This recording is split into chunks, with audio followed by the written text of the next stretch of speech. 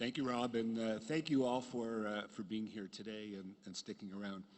So in the 5 minutes that I have, I'd like to speak about how Canada fits into the issue of public confidence in migration, and really from a global perspective. As we've all seen at this conference, Canada is kind of touted as a beacon of tolerance, certainly showcased here. We're certainly taking a record number of refugees, and we don't seem to have the kind of social and political tensions we're seeing in many other countries. Those of you who are visiting from somewhere else may be wondering, what is it about Canada that makes it different? And among the Canadians in the room, you may be skeptical about whether we actually deserve this reputation, or you may be concerned that it's slipping away. So what I'd like to do is kind of address both audiences and very briefly cover 3 points: our history and geography, what's distinctive or unique, Canada as it is today, and what it means for public opinion and politics. So very briefly, in terms of history, some of you may not be that familiar. We're one of several Anglophone settler countries, along with the US, Australia, New Zealand, with a history of high levels of immigration in the 19th and 20th centuries, but not without considerable restriction and racism. And all of these countries have undergone significant transformation, becoming diverse societies, but in some ways Canada has evolved excuse me, a bit more distinctly than others. Part of this is about geography, excuse me, and geography really matters. We have a large border with the USA, but separated by oceans from all of the other countries and all the other places where people might come from. So we have a very large landmass, and I might point out it's a fairly non-strategic landmass from a geopolitical point of view, and so we really have been in a position as a country to control the borders and who arrives. The other important historical fact is the historical settlement of English and French settlers along with indigenous peoples.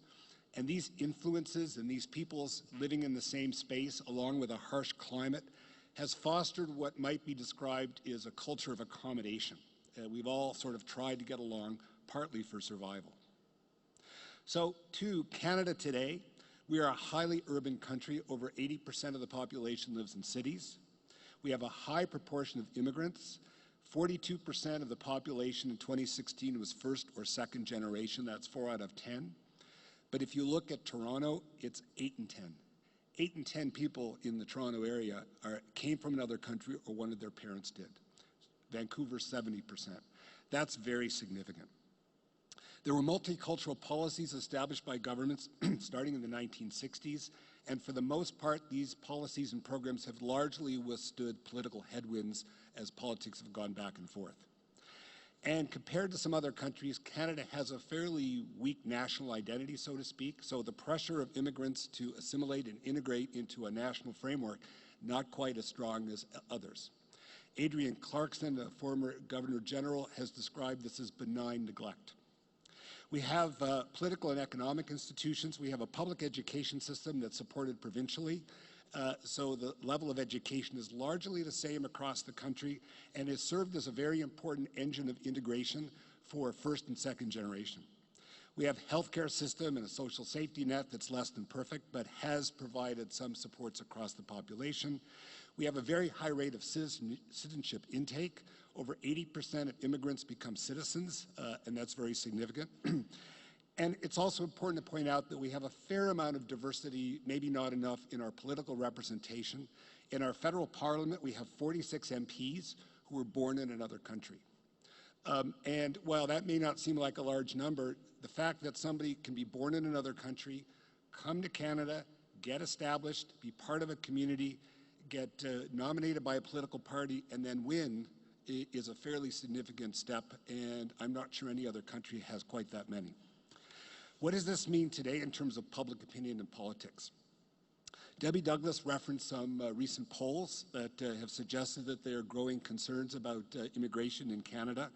Our own data does not quite show the same thing. We've been tracking this fairly carefully for a number of years on a consistent basis, and we're finding that for the most part, public opinion is fairly stable over the last period of time. Canadians are broadly supportive of immigration and refugees if there's no consensus. They see immigration as benefiting the country. An increasing number of Canadians look at this as a point of pride and what makes their country unique. And so the sentiments are holding fairly steadily. There is anti-immigrant racist sentiment in this country. There always has been. And I think it probably is more visible because some of the people in that camp, so to speak, are perhaps feeling more enabled, and social media kind of builds that up. But there really lacks prominent leadership in an explicit way about leading this forward. So Rob mentioned federal elections coming up in October. I believe it will be a test of Canada's tolerance and reputation. Those people who are uncomfortable with immigration or are racist or have those sentiments have drifted and sort of went to one of the political parties, so there's been a political polarization of the population. But that party is challenged to decide whether it can actually accommodate that, because if it goes too far, it will lose a significant proportion of other voters.